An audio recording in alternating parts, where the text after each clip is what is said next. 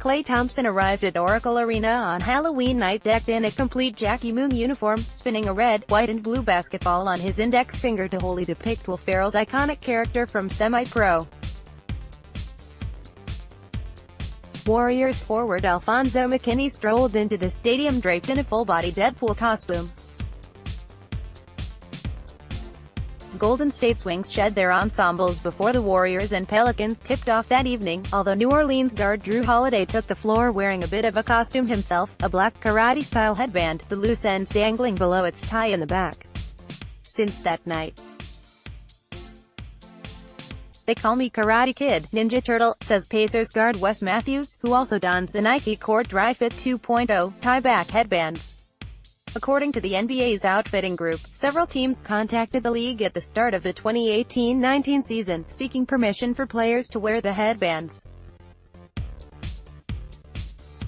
The NBA requires that, during games and practices, players wear headbands no wider than 2.5 inches and must be entirely white, entirely black or within team color assortment. They must also feature the NBA logo. The tie-back headbands have been permitted as they fall within the width and color guidelines. They don't currently feature the NBA logo, but Nike and the league are collaborating to produce the product by early March. The style has become popular in tennis as Nike and its equipment suppliers created a retail version of the headbands that Roger Federer and Rafael Nadal have so famously worn in majors across the globe. Based on feedback from NCAA women's athletes, the trend was next adopted by female high school and college athletes primarily playing volleyball, basketball, lacrosse and softball. Nike says NBA players' widespread affinity for the apparel began roughly 9 months ago. "I'm a Nadal fan," Holiday says. "I've been wearing it in the summers for 3 years now." As the guard experimented with growing his hair into twisting braids, Holiday would rotate between white and black tie-back headbands during his off-season workouts, replacing his typical rig. As he opened the 2018-19 season, Holiday, having long boasted a closely trimmed cut, hoped to further accentuate his more voluminous style on court this winter. "Fashion statement all the way," he says. "It's a style choice," adds Celtics All-Star Kyrie Irving, who wore a tie-less version of the thicker band at the onset of the season. "Just like my hair," Indiana center Miles Turner developed a samurai look this season, a nickname both Pacers teammates and fans have fully embraced, using a headband to complement his new ponytail. The effect was most recently culminated by sporting a mask after he broke his nose in January. Turner saw the tie-back headband being worn around the league and pleaded with Indiana's training staff to order a few for him. He now rotates through 6 different bands, while still mixing in the traditional sweatband. "It's lighter. I feel like a kid again. It's just fun and I think it looks better," Turner says. "I've had some of my best games I've worn it. Doubles every time, so it can't be that bad." However, Holiday's younger brother, and Turner's Indiana teammate, Aaron Holiday, isn't as convinced the tennis look truly impacts player performance. "That's a tough one," he chimed.